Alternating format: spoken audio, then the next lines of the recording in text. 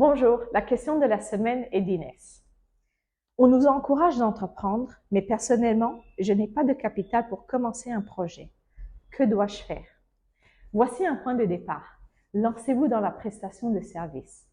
Débuter une activité génératrice de revenus en tant que prestataire de services nécessite peu ou presque pas de capital. Cela vous permettra de commencer à gagner de l'argent que vous pourrez mettre de côté et plus tard, vous serez en position financière pour entreprendre d'autres projets nécessitant des capitaux plus élevés. Alors, comment se lancer dans la prestation de services? Faites ceci. Sur ma timeline, j'ai ajouté un outil que vous pouvez utiliser pour faire cet exercice. Dans la première colonne intitulée « Points forts », identifiez et énumérez au moins 10 points forts que vous avez, c'est-à-dire des domaines dans lesquels vous êtes doué, des activités qui vous sont faciles, des choses que vous aimez faire et auxquelles vous pourrez consacrer tout votre temps, des tâches pour lesquelles les gens vous demandent de l'aide. Peut-être vous êtes doué dans la pâtisserie, le maquillage, la gestion des médias sociaux, le karaté, la conception graphique, les petits travaux de réparation, ou vous avez des compétences en outils informatiques que vous pourriez enseigner à d'autres personnes, ou vous êtes bon en maths, en langue, etc. Vous avez des qualités, des talents, du savoir-faire et aptitudes uniques. Votre existence est la manifestation que notre nation a besoin de ce que votre vie a à offrir. Vos points forts peuvent sembler insignifiants et inexploitables.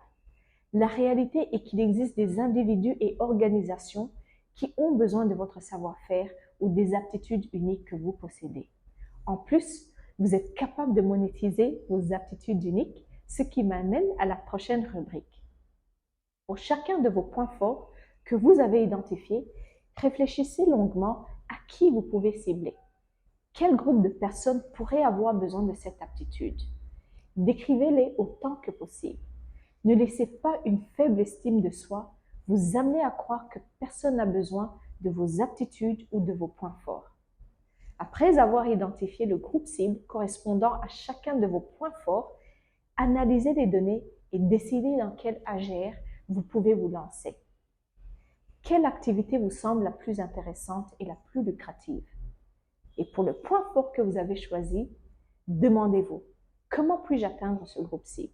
Ici, je fais référence à la manière de faire connaître votre service à votre groupe cible.